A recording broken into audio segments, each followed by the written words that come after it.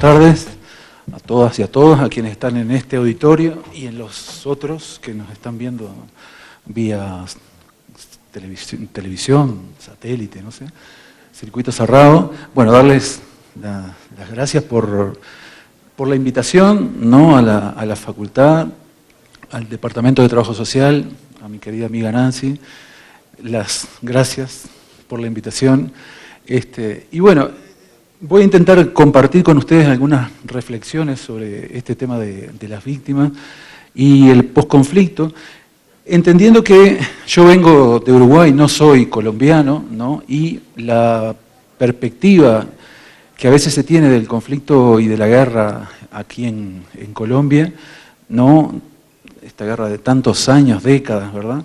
Es muchas veces difícil de entender también desde la distancia, ¿no? A veces la oportunidad de estar acá en Colombia es lo que nos permite tener una cierta comprensión diferente de qué es esto, ¿no? A qué dinámicas responde, por qué han habido, por ejemplo, tantos movimientos guerrilleros, ¿no? Tantos procesos diferentes de paz, ¿no? De conversaciones, de acuerdos a lo largo de todo este tiempo, y por qué Colombia está en la situación en la cual está hoy, ¿verdad? Yo lo que voy a intentar trabajar es más que nada una discusión política sobre cuáles son los efectos de la victimización en las personas y en las sociedades, desde una postura que no esencializa a la víctima, es decir, que no cree que existan víctimas en sí mismas, sino que las víctimas se crean, se producen, ¿verdad? Y, por otro lado, voy a intentar en esta presentación no perder de vista que muchas veces la discusión sobre los efectos, ¿no? En este caso decir, sobre las víctimas, oculta muchas veces o invisibiliza cuáles son las causas de que haya personas que son víctimas, ¿verdad? Es decir, cuáles son las causas de los procesos de victimización de personas que, que llegan a presentar las situaciones que nosotros tenemos hoy por delante, ¿no?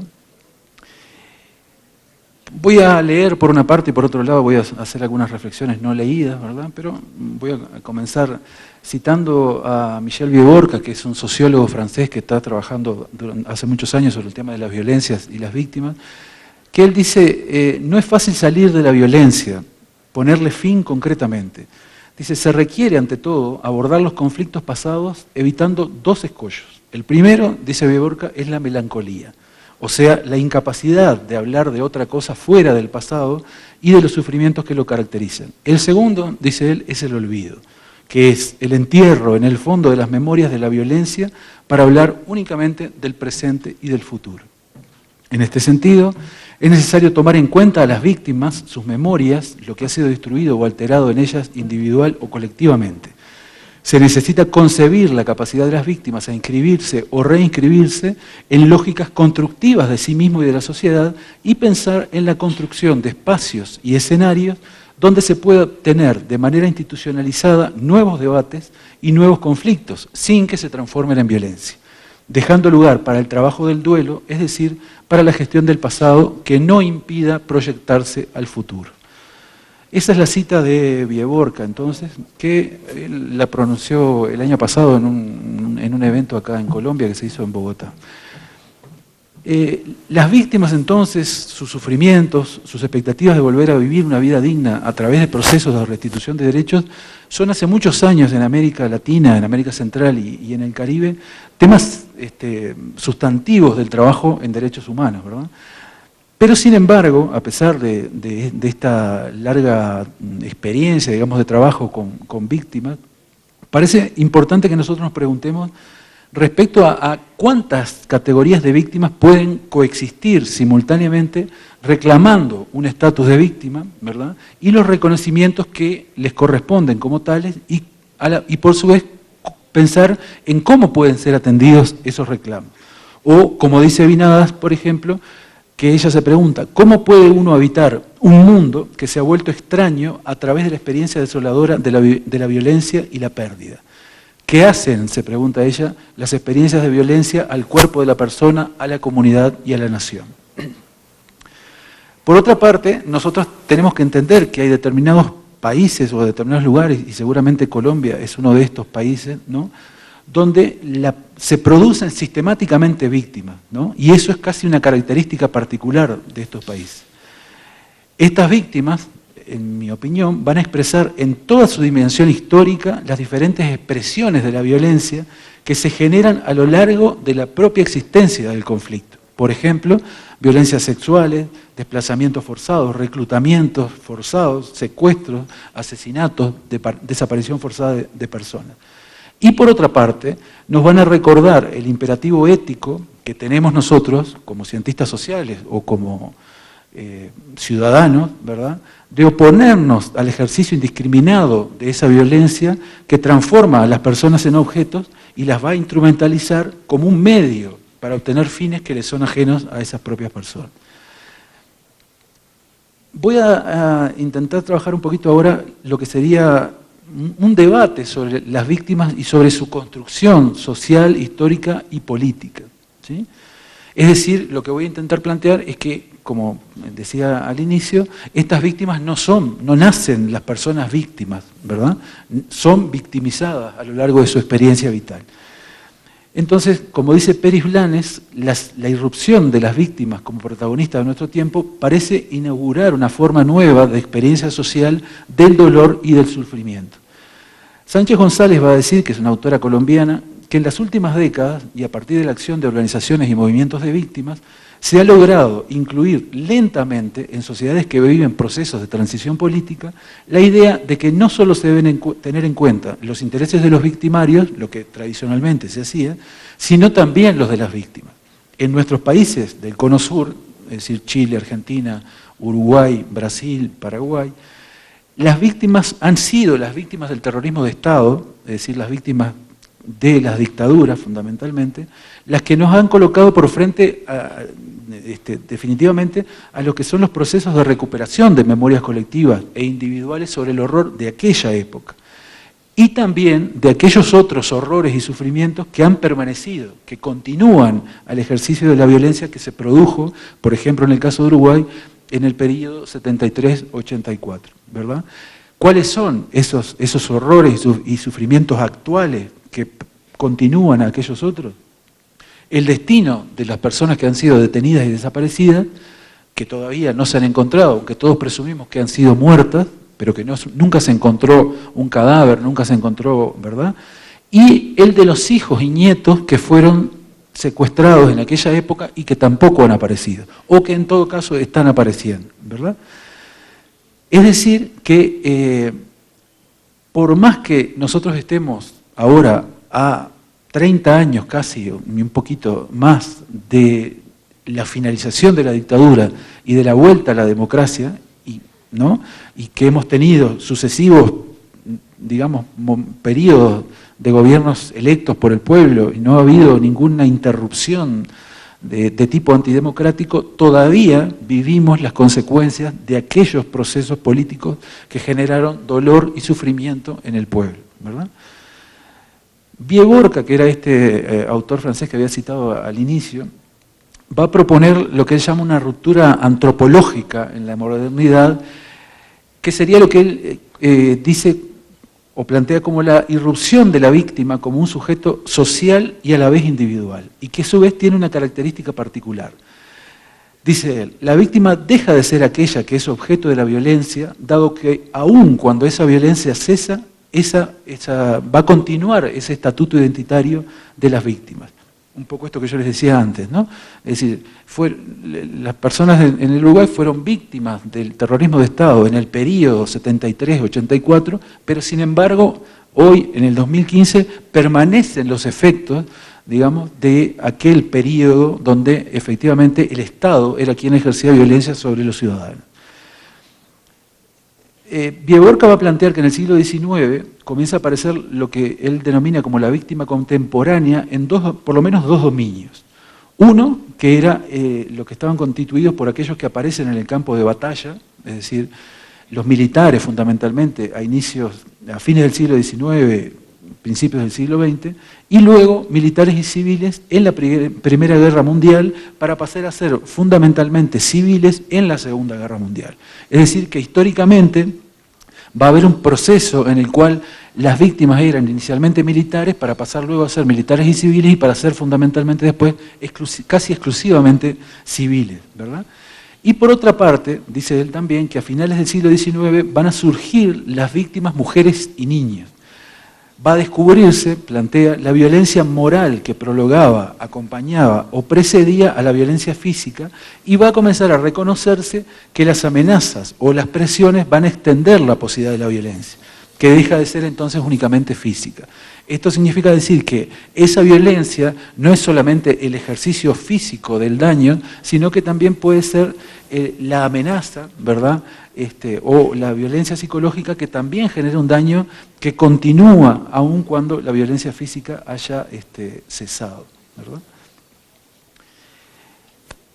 La víctima entonces luego continúa como un objeto de política pública, que va a ser lo que voy a trabajar más sobre el final, pensando un poco en el tema del posconflicto acá en Colombia, ¿verdad?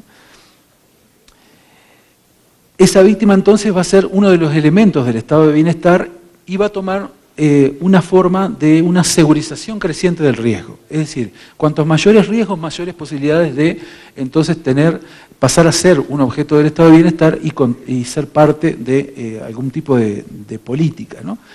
Entonces, va a desaparecer la víctima del derecho penal y va a aparecer esta víctima en los temas de asistencia y protección social. Por ejemplo, en seguros por enfermedad, por accidente y a través del otorgamiento de pensiones, es ahí donde se va a visibilizar un tipo de daño social que debe ser reparado y compensado, lo que va a ir perfilando entonces el reconocimiento de esa víctima como tal, ¿verdad? En nuestro continente latinoamericano, en general, en este último tiempo, los estados han tenido y tienen una consideración particular por las víctimas, entre comillas, ¿sí? Llegando incluso, en general esto es una cosa que uno puede reconocer en la mayoría de los países de América Central, del Caribe y América Latina, se han creado normas específicas, ¿verdad?, que en razón del tipo de victimización que las personas sufren, las van a colocar a cada una de estas personas dentro de cada tipo de victimización. Pongo, por ejemplo, lo que pasa en Uruguay. En Uruguay tenemos víctimas del tránsito, víctimas de los delitos violentos, víctimas del terrorismo de Estado, víctimas de la violencia sexual, niños y adolescentes o mujeres, ¿verdad? Pero ¿qué va a pasar? Esa posibilidad de que se reconozcan a las personas como víctimas y que cada una de ellas sea colocada dentro de ese espacio, va a impedir el tránsito horizontal entre cada clasificación, por lo cual va a generar un mecanismo de exclusión. ¿Por qué? Porque muchas de estas víctimas van a ser víctimas de más de una cosa. No es posible pensar en la existencia de una víctima pura que sea, por ejemplo, víctima exclusivamente del desplazamiento forzado. Va a ser también víctima o potencialmente víctimas, por ejemplo, si son mujeres, víctimas de violencia, si son niños, víctimas de abuso y maltrato, ¿verdad? Entonces, el problema de la creación de la norma es que la persona va a poder ser exclusivamente víctima de una cosa.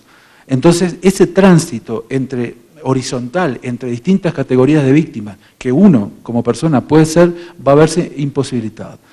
Como va a decir Blair, refiriéndose en este caso particularmente a las víctimas del conflicto armado colombiano, dice ella, si bien ha sido un lugar común hablar de víctimas al referirse a los contextos de guerra, es importante detenerse a pensar, por un lado, en la pertinencia o no de esta categoría y por otro, en sus peligros.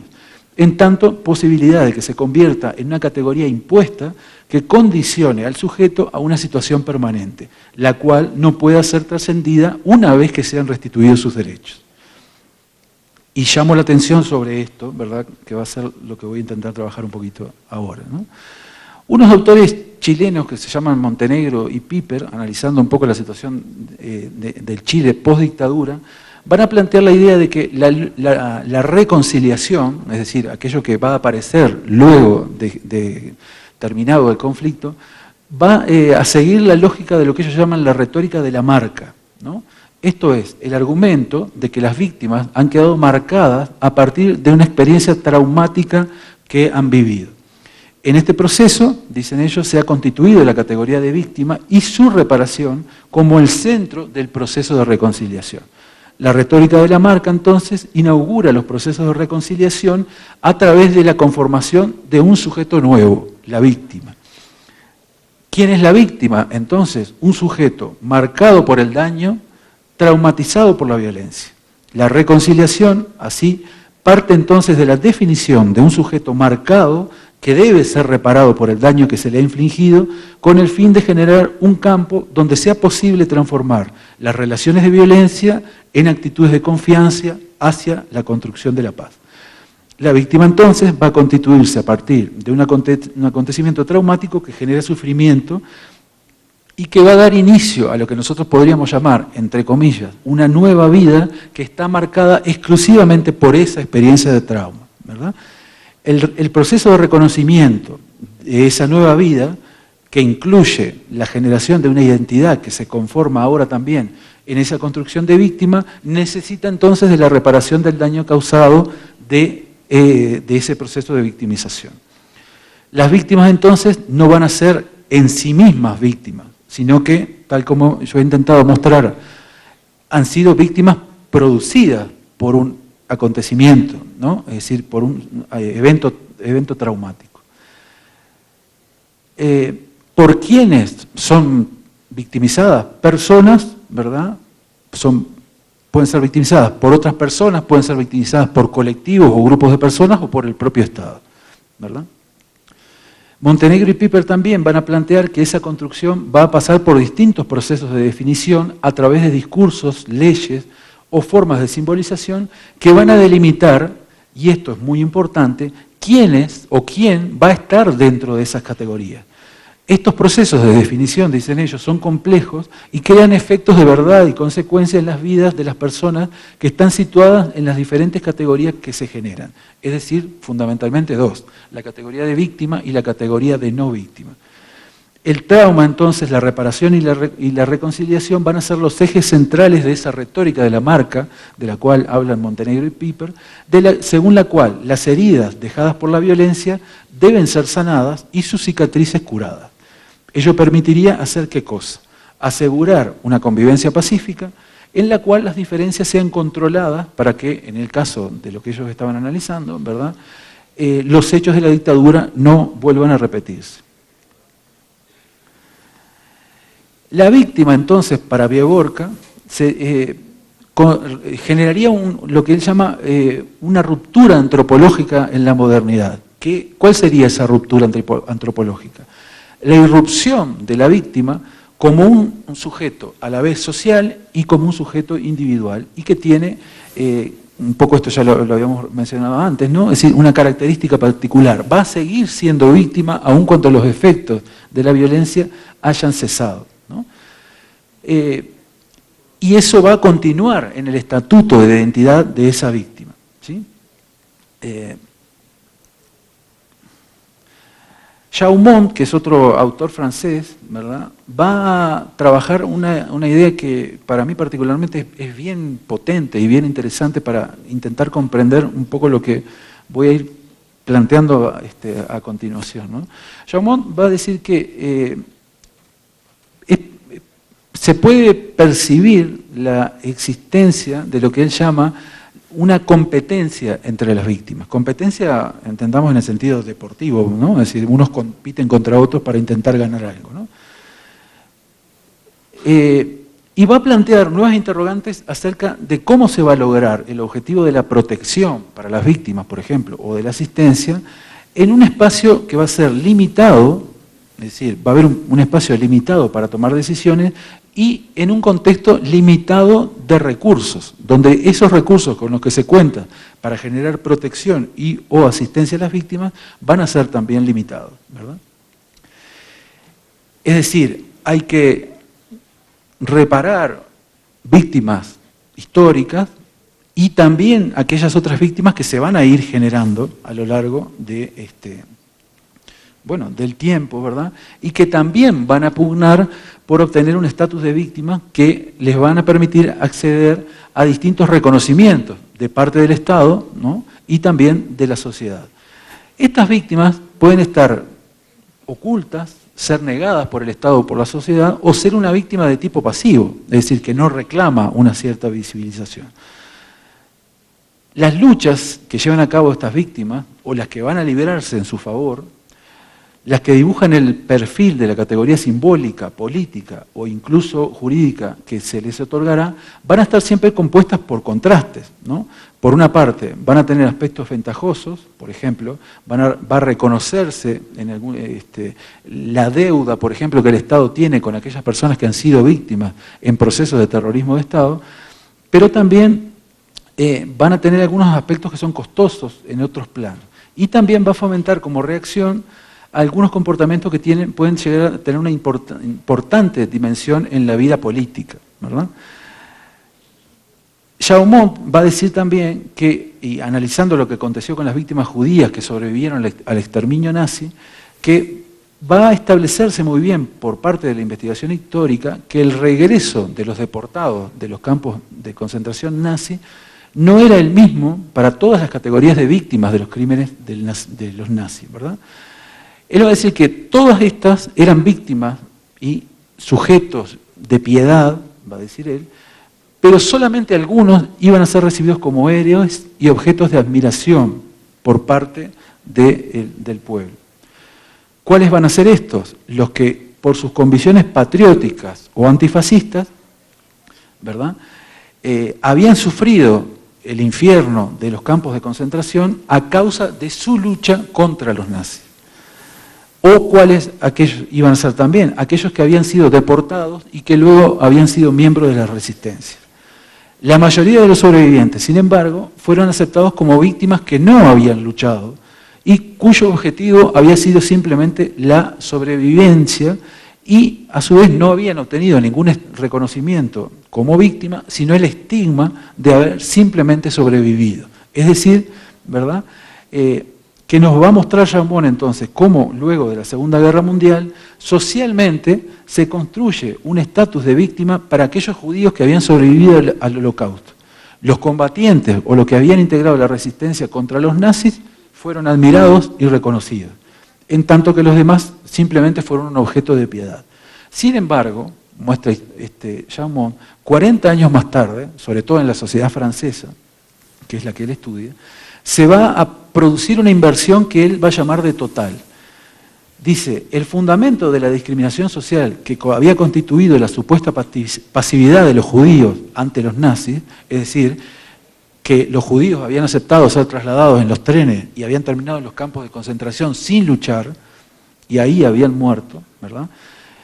Entonces, el fundamento de esa discriminación que suponía la supuesta pasividad de los judíos ante la barbarie nazi, se convirtió en la base de una singularidad histórica. ¿Cuál es esta? Ser perseguido por causa de lo que se es. Por causa de ser judíos, entonces iban a ser perseguidos. Y esa particularidad histórica, esa singularidad histórica, fue la reclamada para justificar una, así la llama Chaumont, una insigne distinción, dice él. ¿Cuál es esta? La de tener la condición del monopolio de la víctima de un crimen contra la humanidad. Entonces, como ustedes podrán percibir, históricamente, ya no estamos hablando acá del momento, ¿no?, sino que estamos percibiendo cómo históricamente algunas víctimas, que en su momento no fueron reconocidas, son reconocidas muchísimos años después a través de poder visibilizar, como en este caso, una singularidad histórica. Es decir, que todas esas personas que habían muerto por haber sido judías, estrictamente por eso, ¿verdad? Viborca entonces también va a plantear que se produce un cambio cultural, dice él, un pasaje que va desde la cultura que recompensaba a los héroes a aquella otra que le da centralidad a un tipo de víctima que no es heroica. Y este es un aspecto central. Seguramente algunos de estos puntos podrían permitirnos entender alguna parte de lo que pasa con las víctimas acá en Colombia. No van a ser víctimas heroicas, seguramente, van a ser víctimas comunes, ¿verdad? ¿Alguien podría recuperar o reclamar para sí en el conflicto colombiano la categoría de víctima heroica? Hoy, en lo que escuchábamos de preguntas y de respuestas, aparecía ahí, ¿no? Como yo pensaba en eso, ¿no? Es que entonces algún sector de los que estuvieron enfrentados o están enfrentados durante todo este tiempo puede reclamar para sí el hecho de ser esa víctima heroica, esa víctima que dejó todo porque luchó en contra de algo. O, en definitiva, en Colombia lo que hay son víctimas comunes que fueron generadas por el conflicto y que tienen hoy un número impresionante, ¿verdad? Y que entonces no tienen ninguna singularidad histórica, no tienen ninguna particularidad. Eran personas que vivían en determinado lugar y que por fuerza de los acontecimientos de la guerra se vieron obligadas a desplazarse, o les robaron sus tierras, o sus animales, o les mataron parte de su familia, ¿verdad? Bueno, entonces, otro autor que se llama Beto va a decir, pensando en el tema de los testimonios, ¿no? Y pensando en relación a lo que a las víctimas judías, ¿no? Él dice así, que para que los testimonios de los sobrevivientes judíos comenzaran a ser escuchados, es decir, para que pasaran a ser parte de algo similar a un interés sociopolítico y que luego además fueran incorporados a la historiografía, fueron necesarios, dice él, dos tránsitos. Un tránsito que iba de la generalización de la masacre y de las víctimas a la especificidad judía. Es decir, no fueron los judíos los únicos muertos exterminados en la Segunda Guerra Mundial. Gitanos, homosexuales, ¿no? Otras minorías también fueron exterminadas, ¿no? Entonces, ese primer tránsito, el de la generalización de la masacre y de las víctimas a la especificidad judía, y luego, paradojalmente, dice él, de la memoria judía a la memoria universal. Es decir, que para que el acontecimiento pudiera concernirnos a todos, era necesario que fuera excepcional en la historia de las innumerables masacres de Occidente. Por ejemplo, los armenios reclaman para sí ser los primeros, ¿no?, exterminados en el genocidio turco, a principios del siglo XX. Y sin embargo, los armenios siguen hoy luchando por obtener un reconocimiento mínimo, que es que efectivamente ese genocidio se cometió. Ni siquiera han logrado a lo largo de la historia de estos años del siglo XX, lograr un reconocimiento de la existencia de ese genocidio. Entonces, como verán, parecería ser que es necesario que acontezcan estos tránsitos para que efectivamente las víctimas logren tener visibilidad, por una parte, y luego tener una cierta particularidad, ¿verdad?, que las pueda llevar a conseguir ese estatus, ¿verdad?, y ese reconocimiento, ¿sí? En este momento, entonces, yo creo que es muy importante que nosotros comencemos a hacernos algunas preguntas sobre esto, ¿verdad? ¿Cuáles pueden ser las posibilidades reales de reconocimiento y de reparación que se pueden otorgar desde el Estado y la sociedad a estas víctimas? Que ya no son las víctimas heroicas, sino que son víctimas comunes. Van a existir recursos, van a existir intereses que logren, digamos, llevar o permitir el reconocimiento de ese estatus de víctima. ¿Cuántas víctimas, cuántas categorías de víctimas del tránsito, de la violencia, del desplazamiento, de esto, de aquello, de lo otro, van a poder coexistir simultáneamente, ¿no?, aspirando a obtener un reconocimiento del Estado y de la sociedad? ¿Qué capacidad de respuesta y voluntad van a tener la sociedad y el Estado para aceptar esa aspiración de reconocimiento? ¿Qué implica aceptar y reconocer que existen víctimas para una sociedad tal? ¿Verdad? ¿Existe un proceso y una lógica de inclusión, visibilización de víctimas, o un proceso donde unas víctimas van a excluir a otras?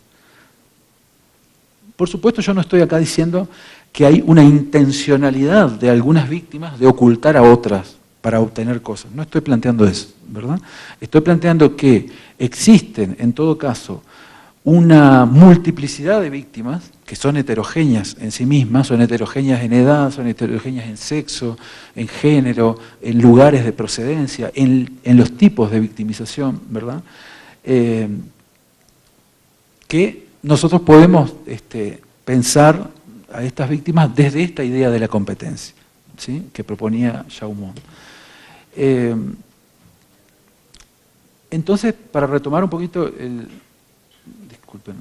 para retomar un poquito esta idea un poco más histórica que estoy trabajando acá, ¿no?, a partir del momento en que un grupo pretende que su victimización resulta incomparable a la de otras persecuciones, por ejemplo, en el caso de las víctimas del nazismo, era previsible que otras víctimas que fueron también victimizadas en el mismo acontecimiento, es decir, en la guerra y por la persecución nazi, protestaran y pidieran para sí el mismo reconocimiento que habían obtenido las víctimas judías, ¿verdad? Entonces, en estos últimos 20 años, quizás en el mundo occidental, básicamente, que es lo que yo he estudiado un poco más, han aparecido interminables y hasta a veces complejos debates sobre cómo se pueden comparar los crímenes y el sufrimiento. Hoy creo que Alejandro era que hablaba sobre el tema había estado trabajando con alguien que iba a certificar la condición de víctima de otra persona, ¿no? Es decir, se compara la situación de una víctima sobre otra víctima para otorgarle un reconocimiento. Las oposiciones, entonces, de esta manera van a desplazarse y las víctimas van a estar en ese espacio de competencia que uno podría conceptualizar como un espacio de lucha, ¿verdad?, entre sí, en lugar muchas veces de formar un frente común.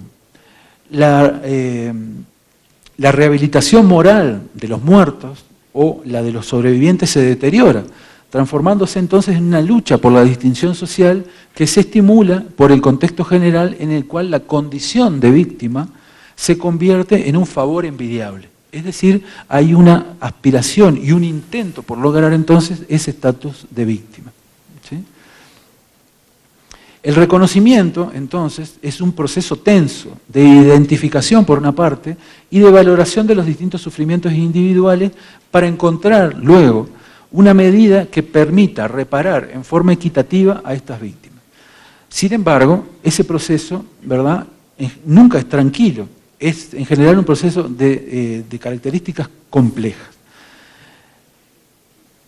Van a aparecer, según Dodier y Barbot, dos campos opuestos en torno a la cuestión esta de la victimización, que va a estar asociada no al lugar que ocupa la víctima, sino al lugar transversal que se les concede.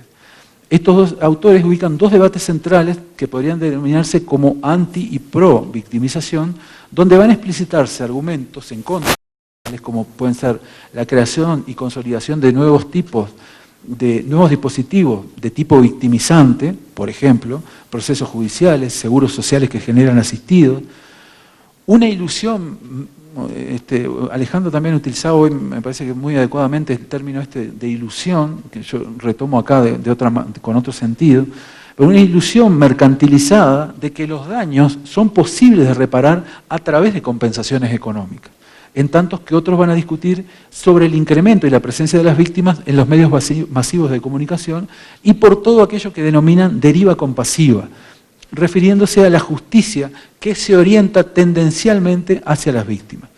En tanto, en una posición favorable a las víctimas, va a plantearse que de esta forma estas víctimas pueden hacer valer sus puntos de vista, en tanto que la utilización, por ejemplo, de la justicia restaurativa permite tener en cuenta los sufrimientos de esas víctimas y hacerlas parte del proceso penal o protagonistas de un proceso penal. Y van a surgir también una serie de elementos más técnicos y de metodologías de atención psicosocial, básicamente, que se van a dirigir al trabajo con víctimas y que los movimientos sociales pretenden utilizar para visibilizar a algunas víctimas que son negadas o ocultadas. Este nuevo escenario, entonces, surgiría de la desorganización del espacio de las víctimas que clásicamente se había constituido a partir de dos referencias centrales, lo que se denominaba como el cuadro marxista y el cuadro modernista. En relación al primero, se dice que su virtud consistía en regular la mirada sobre las víctimas, ya que hacía ¿qué cosa? Posibilitaba transformar a una parte de estas víctimas en héroes potenciales, a través de la figura del proletariado, y además permitía su jerarquización, en razón de su contribución a la revolución. En tanto, el modernismo tuvo como mérito el permitirle a todas las poblaciones que podrían sufrir los efectos negativos, por ejemplo, de la ciencia y de la tecnología, la posibilidad de asumir los costos de un proceso global, entendido como un proceso ineluctablemente en marcha. De esta forma, entonces, surge con claridad un estatuto de la víctima. Ser una víctima desdichada, pero que debía asumirse como tal por ser parte de un proceso global que involucraba a toda la humanidad, es decir, el progreso que se dirigía inevitablemente hacia que todos viviéramos bien. Entonces esa víctima tenía esa característica, ¿no? Se asumía como tal, pero entonces era parte de ese progreso global que involucraba a toda la humanidad. Entonces existe esa dimensión sacrificial de la víctima. Es una víctima que se sacrifica en aras, ¿verdad?, de que todos estemos mejor.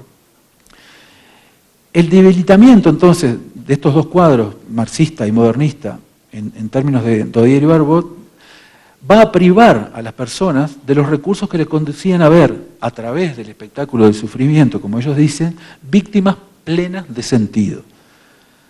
Se volvió, dicen, ciertamente más difícil considerar estos sufrimientos como el precio a pagar por un progreso en el que se tenía confianza. Es decir, que hoy no tenemos víctima heroica, no tenemos víctima sacrificial, ¿verdad? Y no va a haber una víctima plena de sentido. El estatus de víctima, entonces, se ha transformado en algo importante a alcanzar en la medida en que implica un reconocimiento social de su existencia como sujeto marcado en palabras de Montenegro y Piper, y además podría pensarse que la importancia de adquirir dicho estatus estaría dada por la posibilidad de acceder a los beneficios que establecen las leyes de reparación. Sin embargo, su análisis en tanto discursos identitarios permite sostener que su importancia trasciende esa posibilidad y que en realidad lo que estaría en juego es el reconocimiento de una supuesta esencia personal y social que constituye a ese sujeto víctima. Es decir, que entonces, por más que yo esté planteando trabajar desde una perspectiva no ontológica de la víctima como tal, ¿verdad?, entonces el reconocimiento, la pugna por ese estatus y por ese reconocimiento, en alguna medida va a estar dada por el reconocimiento de una esencia personal y social que constituye al sujeto víctima. Entonces, la constitución del sujeto víctima va a generar un campo político de controversia entre instituciones, movimientos sociales, académicos y otros agentes sociales. La víctima va a estar en el centro del debate. ¿Por qué? Porque son el vehículo de diferentes discursos que pugnan por darle un sentido, ¿sí? Pongo el ejemplo de una situación que aconteció en Uruguay, ahora en la última campaña electoral. Las víctimas de los delitos violentos, que tienen organizaciones propias, ¿verdad?, eran tratadas de captar por cada uno de los partidos políticos que se presentaba a la elección, porque llevaban, como decimos allá, agua para su molino. Es decir, la oposición, si lograba tener el discurso de las víctimas, entonces eso le permitía decir que entonces era verdad que el gobierno de turno no generaba políticas de seguridad, porque había muchas víctimas. Y el gobierno, si lograba tener el discurso de las víctimas para ellos, decía que bueno, que efectivamente no eran tantas las víctimas y que además luego, si las personas eran victimizadas y luego eran consideradas víctimas, tenían asistencia. Es decir, la víctima como tal estaba en el centro de la discusión y a la vez era una cosa que todo el mundo quería tener para sí. Entonces la víctima no tiene un papel neutral, ¿verdad?, ni mucho menos en el devenir social. La víctima va tomando cada vez más un cariz político, ¿verdad?, de controversia y de disputa. Las víctimas van a ser disputadas por distintos movimientos u organizaciones y otros agentes sociales, ¿sí? Debo estar ya, supongo, por la mitad ahí de lo que tenía como tiempo para trabajar, y voy ahora, ya como para ir llegando al final de lo que quería conversar con ustedes, intentar trabajar un poquito la cuestión de la asistencia a las víctimas de lo que podría llegar a ser un posconflicto, ¿verdad?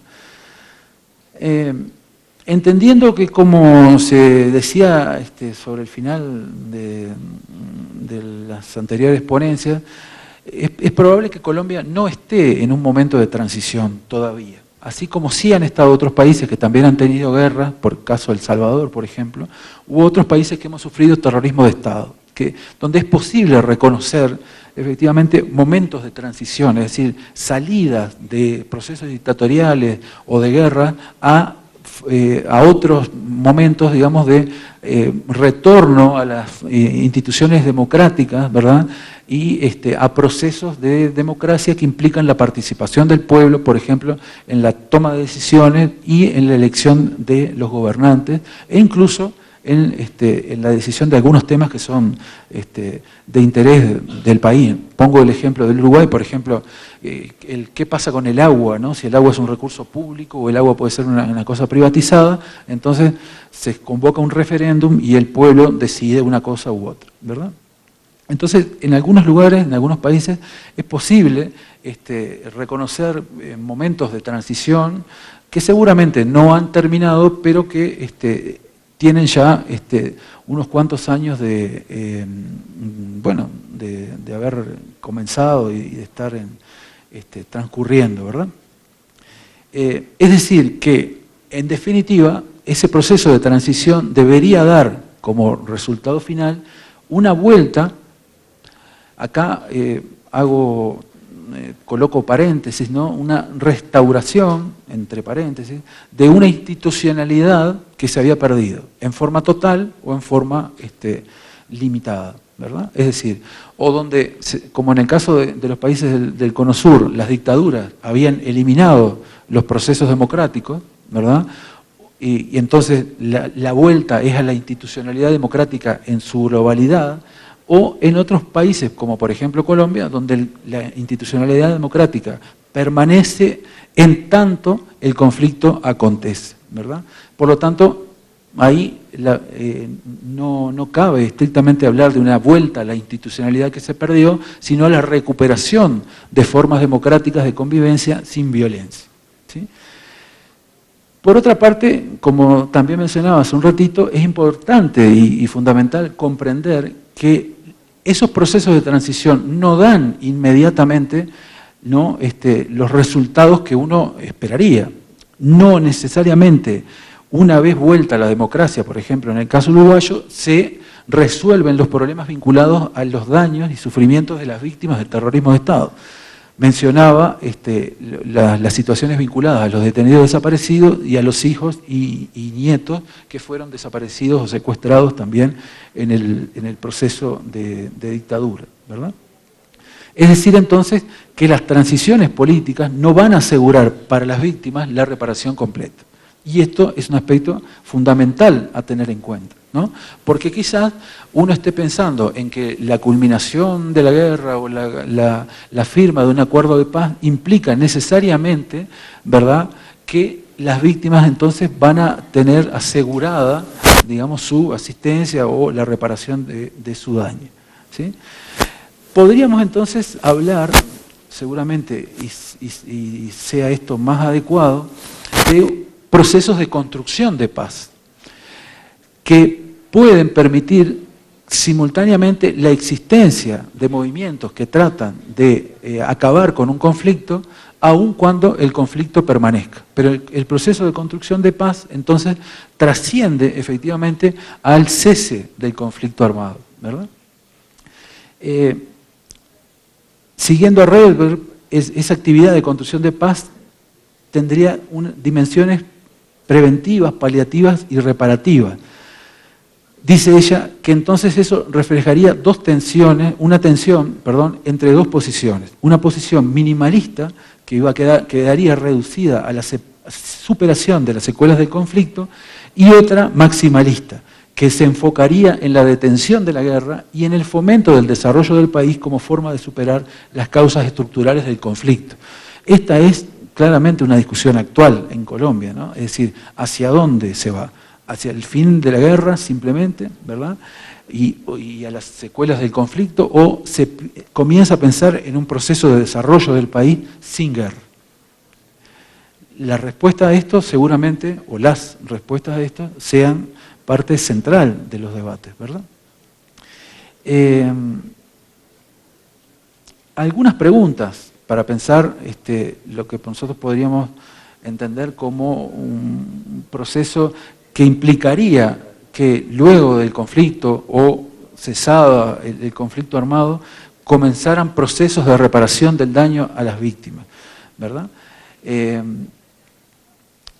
Tendría esto un proceso de disputa de sentido y de reconocimiento que es parte a su vez de un proceso de debate político más amplio, un poco esto que habíamos conversado antes, ¿no? Debemos preguntarnos entonces quiénes van a ser las víctimas para el Estado y para la sociedad. ¿Qué tipo y grado de sufrimiento deberían tener? ¿Hasta cuántas víctimas es posible atender? ¿Y por qué es necesario que el Estado deba hacerse cargo de su atención y su reparación? Otro elemento central para esta discusión, discúlpenme que voy a buscar, es pensar cuáles serían las instituciones que tienen que llevar adelante estos procesos de reparación. ¿Por qué esta pregunta? Porque en este caso nosotros tendríamos que preguntarnos si en esa idea de que un proceso de construcción de paz es un proceso que también, de superación también, de contradicciones sociales, económicas y políticas que dieron origen al conflicto, nosotros deberíamos pensar que las instituciones que se mantuvieron durante la época del conflicto también lo reprodujeron. Es imposible pensar que esas instituciones permanecieron neutras al conflicto, ¿verdad? Entonces, es viable, de acuerdo a lo anterior, proponer que debe construirse también una nueva institucionalidad que sea un soporte de posibilidad para integrar los distintos reclamos y perspectivas que desde las víctimas, desde las propias víctimas y desde la sociedad van a producirse respecto a cómo esos procesos contribuyen a la construcción duradera de la paz. Es decir, que no tienen una intención inmediata de atender las consecuencias del conflicto para las víctimas, sino que tienen a la vez la condición de ser instituciones que colaboran con la reproducción de la paz, no la del conflicto. Entendiendo, claro está, que la generación de nuevos conflictos, digamos, en tanto es probable que la sociedad colombiana no logre superar inmediatamente esas contradicciones económicas, sociales o culturales, van a generarse nuevos conflictos, ¿no? Es decir, no van a poder superarse estos conflictos que le dieron origen al conflicto armado o a los distintos conflictos armados, ¿verdad? Entonces las instituciones tienen que colaborar con ese proceso de construcción duradera de la paz. Otro elemento que a mí me parece importante, ya como para ir terminando, ¿verdad? Y pensando quizás más ya en la política social vinculada a lo que sería la asistencia a las víctimas, es la de señalar así brevemente un par de cositas respecto a qué deberían tener esas políticas sociales, ¿no? Si uno hace una suerte de pequeña línea histórica de los últimos 15 o 20 años en el contexto latinoamericano y ve cómo los gobiernos han instrumentado políticas de atención a víctimas, lo que va a encontrar es que se genera un proceso de focalización de una determinada política o de parte de una determinada política que va a hacer un proceso de selección de algunas personas que por algunas características particulares van a tener una condición de víctima, ¿sí? Es decir, que han sufrido o han pasado por procesos que han dañado su persona o sus propiedades, básicamente sus personas,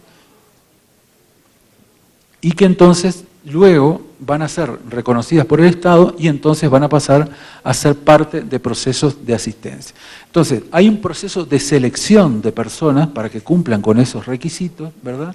Y luego hay una política que va a focalizar fundamentalmente, y esto es lo que uno puede, insisto, reconocer estudiando un poco las legislaciones de los países de América del Sur, es que ese proceso de focalización se va a focalizar en las secuelas del daño y no en lo que produjo el daño. Es decir, no va a incorporar, por ejemplo, una dimensión preventiva de futuros daños para que no se vuelva a repetir la situación en la cual las personas puedan volver a ser victimizadas, ¿no? Entonces, en este sentido, y si esto que yo estoy afirmando tiene, para el caso colombiano, tiene algún componente de realidad, nosotros deberíamos pensar que además de contar con una institucionalidad que de alguna manera no reproduzca sus aspectos de contribución al mantenimiento del conflicto, sino que supere esa reproducción para generar un nuevo elemento productivo vinculado al mantenimiento de la paz, ¿verdad? También deberíamos pensar que esas políticas sociales vinculadas a la asistencia no deberían estar trabajando exclusivamente sobre las secuelas de un conflicto, sino que deberían incorporar también los elementos que hacen a la generación de esa víctima, ¿no? O sea, cómo esa víctima fue producida. Por lo tanto, estamos hablando entonces de un tipo de política que debe generar integralidad en su comprensión de la víctima inserta en distintos procesos sociales que dieron lugar a la generación de víctimas, ¿no? Es decir, esto, en mi opinión, sería lo que, entre otras cosas, pero fundamentalmente asociado a esto, permitiría superar esa idea ontológica de que la víctima existe por sí misma, para poder entender que efectivamente las víctimas son víctimas producidas socialmente e históricamente. Creo que he logrado plantearle a ustedes algunos ejemplos históricos de cómo algunas víctimas a lo largo de la historia han obtenido ese estatus, cuando en algunos otros momentos no lo hubo. Y por otra parte, ya para terminar por acá, que creo que estamos más o menos en el tiempo, la sociedad colombiana y las otras sociedades de nuestros países deben tener la capacidad de trabajar para que la víctima no siga siendo víctima, para que la víctima salga de la situación de víctima, por más que pueda en algún momento reconocerse como tal o que pueda aspirar a obtener alguna determinada prestación o subsidio o reconocimiento, pero que no continúe siendo su vida entera una víctima. Es imposible pensar en que nuestras sociedades van a poder desarrollarse o cambiar o transformarse si somos básicamente una sociedad de víctimas. Debemos ser una sociedad de no víctimas. Debemos ser una sociedad de ciudadanos con plenos derechos y que podamos ejercer esos derechos. Entonces, termino diciendo simplemente que me parece que es muy importante que nosotros reclamemos no solo por las víctimas, sino que reclamemos por todos nosotros en nuestra condición de ciudadanos para entender que, digamos, los procesos de transformación de los países pasan por este reconocimiento de los derechos, fundamentalmente, y de cómo los estados logran garantizar el ejercicio de esos derechos para todos los ciudadanos, no solamente para las víctimas.